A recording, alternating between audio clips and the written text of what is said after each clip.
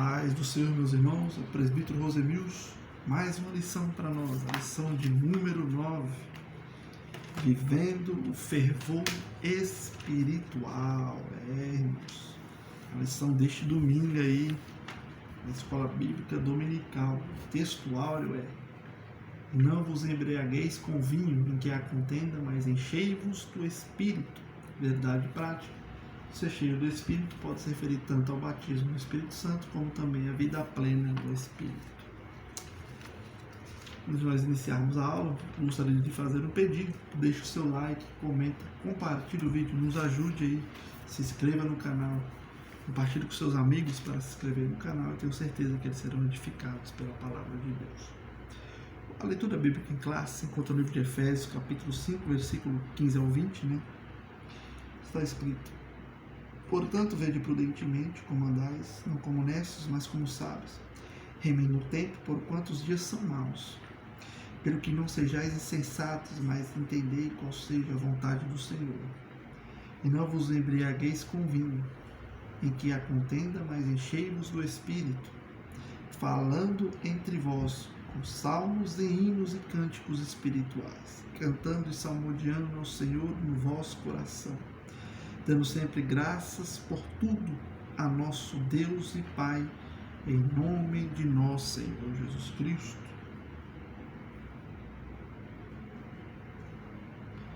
Então, que nós venhamos aqui hoje, vamos estudar um pouco sobre o que diz ser cheio do Espírito Santo, já que a ideia, a indicação é viver a vida com plenitude ou fervor do Espírito. Então, nós vamos analisar aqui no decorrer da aula um pouco sobre isso. Está dividido em 3 tópicos: a importância da devoção pela palavra e a oração, a importância em manter-se cheio do Espírito Santo e vigilantes com toda a frieza espiritual. Então, o primeiro ponto aqui, o que é devoção, a ideia de devoção que é de apego, dedicação e zelo, com o nosso apreço pela oração, amor pela palavra e o apego ao jejum.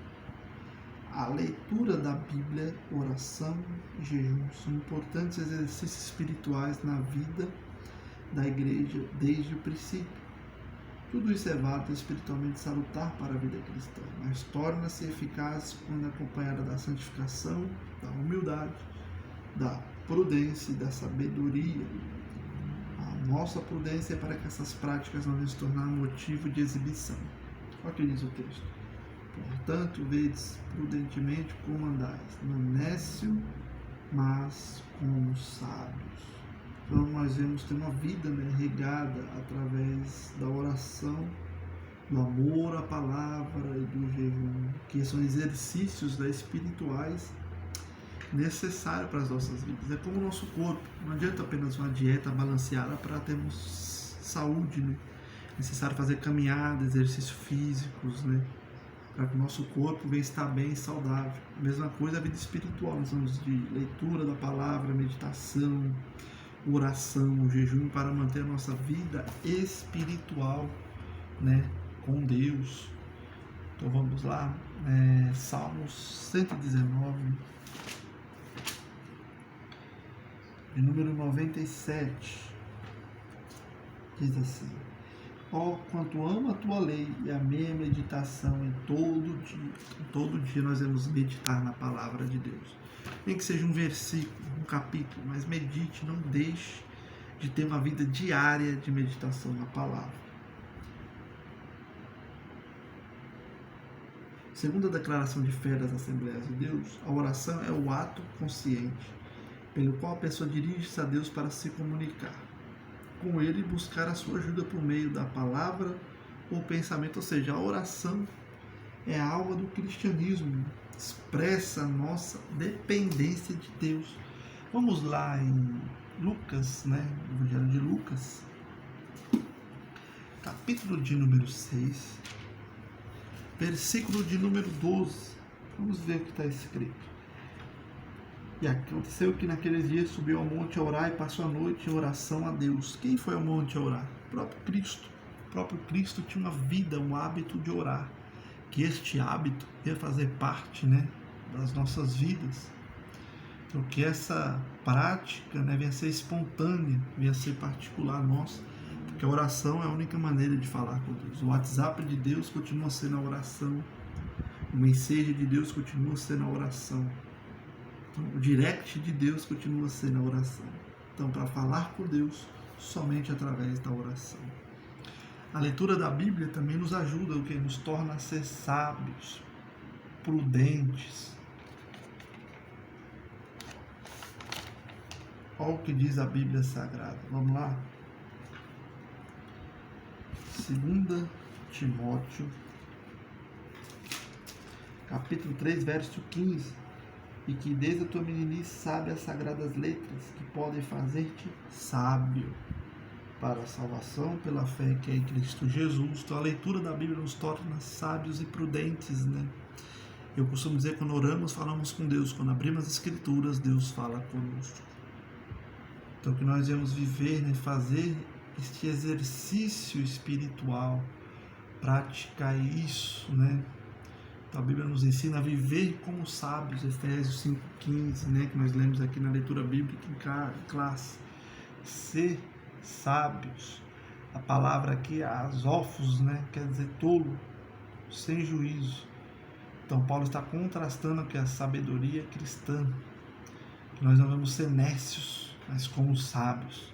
Nós não vamos ser tolos ou sem juízos, mas nós vamos ser sábios, que a nossa vida, né, venha a ser sábia, contradizendo aí, né, a vida do pagão, né, que é insensata. Mas a nossa vida tem que ser sábia, que vem do Espírito Santo, através do estudo da Bíblia Sagrada. Então nós devemos priorizar a vontade de Deus em todas as nossas decisões, atitudes, e não focar as aparentes vantagens como o mundo faz. A nossa vida é diferente deste mundo. Então, nós devemos tomar decisões, né, debaixo da Sagrada Escritura. No versículo 16 tem algo interessante dizendo assim: remindo o tempo, porquanto os dias são maus. Essa frase diz muito, né? Porque remir quer dizer comprar de novo, resgatar, aproveitar o melhor possível. A palavra tempo para nós aqui é kairos, né? Tempo no sentido do que? Da ocasião, da oportunidade. Então, tempo é algo sagrado, né? Tempo é algo primordial e passa muito rápido. Que nós vamos remir o tempo, ou seja, resgatar, viver com intensidade, viver melhor, aproveitar as oportunidades. Muitas vezes nós desperdiçamos o nosso tempo, nós vamos utilizar de a melhor maneira esse tempo. Por isso, né, é preciso andar prudentemente, né? Sempre como sábios, através das Escrituras, da oração, para aproveitarmos melhor o nosso tempo e não perder o tempo com coisas alheias deste mundo. Então que se aproveite seu tempo com Deus. Estão querendo roubar o nosso tempo com Deus através dos reality shows, das redes sociais. Estou falando para você não usar, não assistir, mas tudo com moderação, né? Nada exagerado. Isso não pode tomar o seu tempo com Deus. Tem que ter aquele momento devocional, da oração, da palavra, do jejum, aquele seu momento particular com Deus, que as coisas desta vida, deste mundo, não venham tirar o seu tempo com Deus. O segundo tópico vai dizer a importância em manter-se cheio do Espírito, né? Ser cheio do Espírito traz a ideia de reacender a chama do Espírito. Não podemos confundir essa ideia com Atos 2, que foi o dia dos Pentecostes, né? Porque a obra do Espírito Santo na nossa vida, ela é dinâmica. Então, o apóstolo Paulo, no texto que nós lemos, ele vai dizer: não vos embriaguei com vinho, né? Essa frase é como a Septuaginta traduz em Provérbios 23:31. Não olheis para o vinho. Vai explicar a consequência destrutiva da bebida, né? Da bebedeira. E a compara com a picada de cobra, que é um veneno, né? Traz contenda, devassidão, dissolução. Então isso é contra a ética cristã, né? E é comum entre os pagãos, aqueles que não seguem a fé cristã. Então a felicidade do mundo está nos prazeres mundanos, mas acaba resultando em desgraças. Quantas famílias, né, destruídas por causa da bebedeira, dos vícios. Então o apóstolo Paulo vai dizer: não vos embriagueis com vinho, que vai gerar o quê? Contenda, né? Vai gerar dissolução, tragédias. Isso aqui está associado ao pecado, né? Que nós não devemos se embriagar com o pecado, com as coisas que não são de Deus, mas enchei-vos do Espírito. Isso quer dizer uma renovação, né? Um novo enchimento do Espírito. A ação do Espírito Santo na vida cristã não é estática. Somos renovados no nosso dia a dia. Como nós estudamos nas aulas passadas, no dia de Pentecostes, os discípulos já tinham o Espírito Santo e já eram salvos. Então todos os crentes em Jesus, pentecostais e não pentecostais, batizados no Espírito Santo e não batizados, têm o Espírito Santo. Então quando o apóstolo fala para nos encher, está referindo à plenitude do Espírito. Que a ação do Espírito Santo na nossa vida, ela é dinâmica, ela não é estática. Todos os dias nós temos que se renovar e se aproximar do Espírito Santo. Então nós não podemos confundir com o batismo, né? Que são experiências diferentes. O batismo é uma experiência distinta da conversão. Então nós temos que saber separar as coisas, né? Quando a pessoa reconhece Jesus, ela tem o Espírito Santo.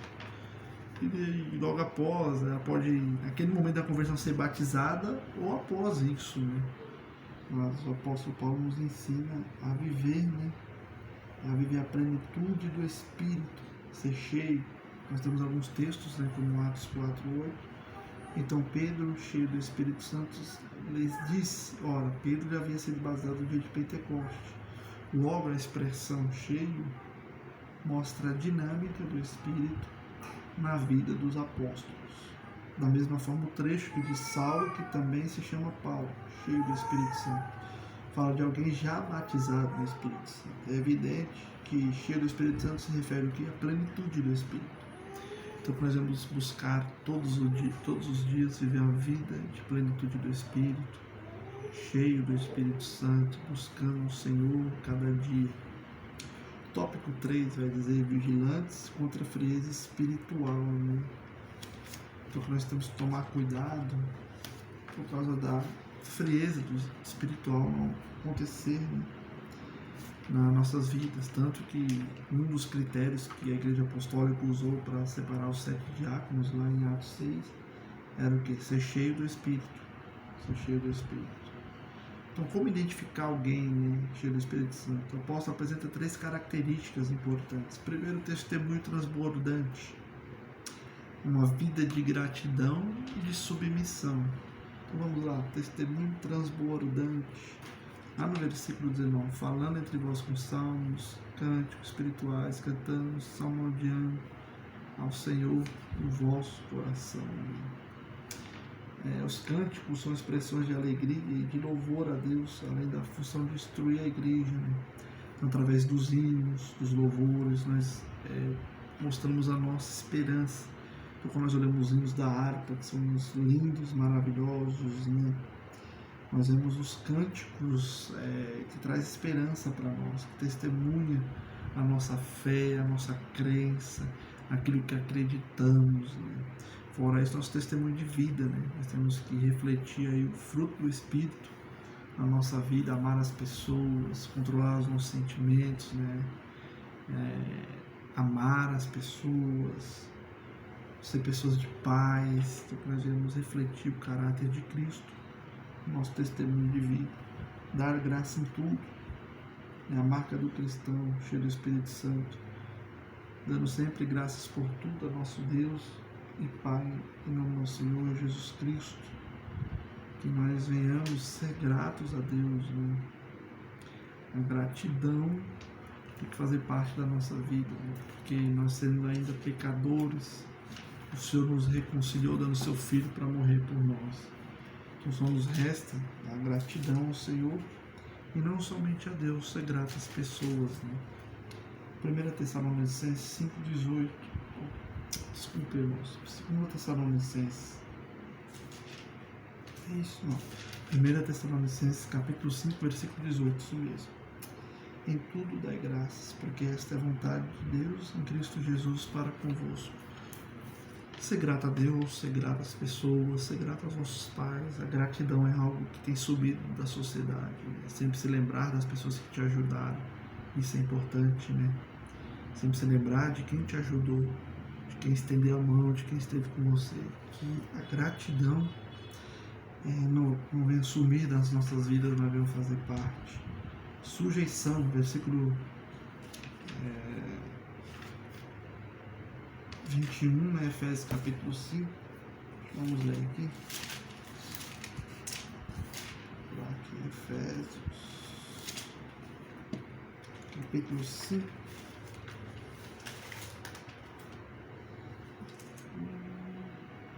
Tá dando glória, irmão. Você é pentecostal, tá dando glória. Tô chegando lá. Efésios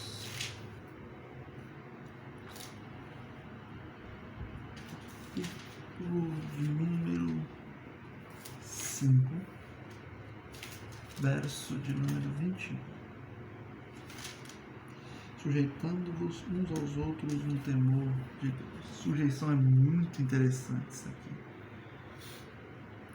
É muito interessante, porque a sujeição é algo difícil para o ser humano, né? O ser humano nunca quer se sujeitar a ninguém. O ser humano tem a dificuldade de ser submisso a outro. Isso faz parte da natureza humana. Mas aqui nós aprendemos, né? Para combater a frieza espiritual, né? O quebrantamento, a humildade expressam bem a plenitude do Espírito. Então a submissão é uma consequência de uma vida, né? Na plenitude do Espírito. Pois o Espírito nos capacita a isso. Então o dever do cristão é se submeter às autoridades constituídas, quer ver? 1 Pedro 2,13. Sujeitai-vos, pois, toda ordenação humana por amor do Senhor, que é o Rei, como superior. Então, sujeitar às autoridades, né? Pessoas que não querem obedecer nada, não querem se sujeitar a ninguém. Desde que ande conforme a palavra de Deus, né? Os governantes, presidente da República, nós temos que sujeitar. Desde que isso não nos leve a negar a nossa fé, né? Outro ponto é aos superiores hierárquicos, né? Nós temos que ser sujeitos, 2 Pedro 2,18. Vós, servos, sujeitai-vos todo temor aos seus senhores, não somente aos bons humanos, mas também aos maus. Então, nós temos que sujeitar aos superiores, né, no nosso trabalho, né? Sujeitar aos nossos pastores, né? Tem um monte de gente aí pregando por aí, que não tem igreja, não tem identidade, não tem pastor. Então, que testemunho é esse, né? Então nós temos que ter cuidado com isso. Isso pode nos levar a uma frieza espiritual. Não podemos ser desobedientes, temos que ser sujeitos. 1 Pedro 5,5 vai dizer: semelhante vós, mancebos, sede sujeitos aos anciãos, sede sujeitos uns aos outros, revestíveis de humildade. Porque Deus resiste aos soberbos, mas dá graça aos humildes, né? Sujeição entre os irmãos na igreja, respeitar os mais velhos, né? Hoje as pessoas não respeitam as pessoas de maior idade, né? Temos que respeitar os anciãos da igreja, as pessoas mais velhas, com mais experiência, aprender a escutar mais. Nós temos uma sociedade que não escuta e não se sujeita a nada. Então, para concluir a aula de hoje aí, voltando à sujeição, de concluir, né? Nós devemos respeitar, né, as pessoas, é importante isso. Nós consideramos as pessoas superiores a nós acabamos respeitando e falando melhor com as pessoas. Hoje a sociedade quer ser o bambambam, quer ter que esperar o momento. Respeita o pastor, respeita as autoridades governamentais, o seu chefe no seu trabalho, respeito tem que fazer parte da nossa vida, né? Sujeição. Porque as pessoas, o fato de você não ser sujeito a um superior, ser falta de respeito também. Que nós venhamos aprender a se sujeitar aos nossos pais. Coisa difícil é, os filhos hoje não querem se sujeitar aos pais, não querem obedecer. Então nós vemos na sociedade que a sujeição tem saído. A Bíblia nos ensina a ser sujeito às autoridades. Concluindo, o significado de encher-vos do Espírito Santo é ter uma vida na plenitude do Espírito. Então hoje oração é que você seja cheio do Espírito Santo. Venha viver numa plenitude, numa vida dinâmica com o Espírito Santo e venha ser renovada a cada dia. Espero que tenha te ajudado essa lição de hoje, a sua aula, a sua classe. Deixe o seu like, curta, comente. Tamo junto. Um abraço, um beijo no seu coração. Perdão pelo atraso dos vídeos, me entenda. Estive doente, enfermo, com dificuldades com o computador. Ore por mim, para que Deus dê condições, que eu tenha uma máquina melhor, equipamentos melhor para gravar esses vídeos. Deus os abençoe. Um beijo no coração.